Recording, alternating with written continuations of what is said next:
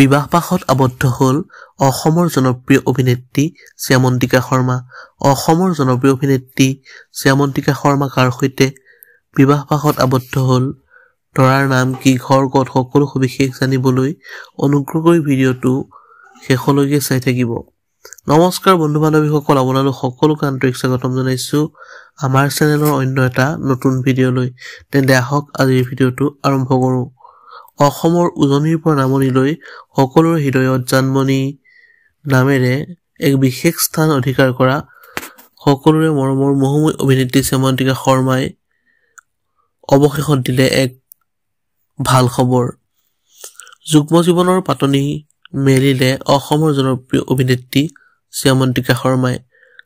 সৰ্বপ্ৰথমে আমাৰ চেনেলৰ তৰফৰ পৰা অসমৰ জনপ্ৰিয় অভিনেত্ৰী শ্যামন্তিকা শৰ্মাৰ এই বিবাহ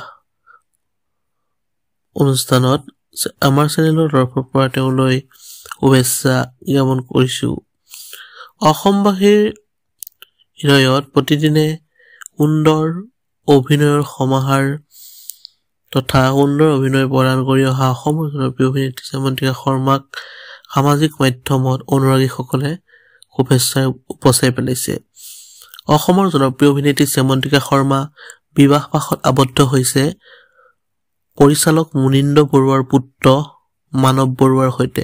বন্ধু বান্ধৱীসকল, আজিলৈ ভিডিঅ'টো আছিল ইমানেই। অন্য এটা নতুন ভিডিঅ' লগ পোৱাৰ প্ৰতিশ্ৰুতিৰে আজিলৈ বিদায় মাগিছোঁ। ধন্যবাদ। জয় অসম।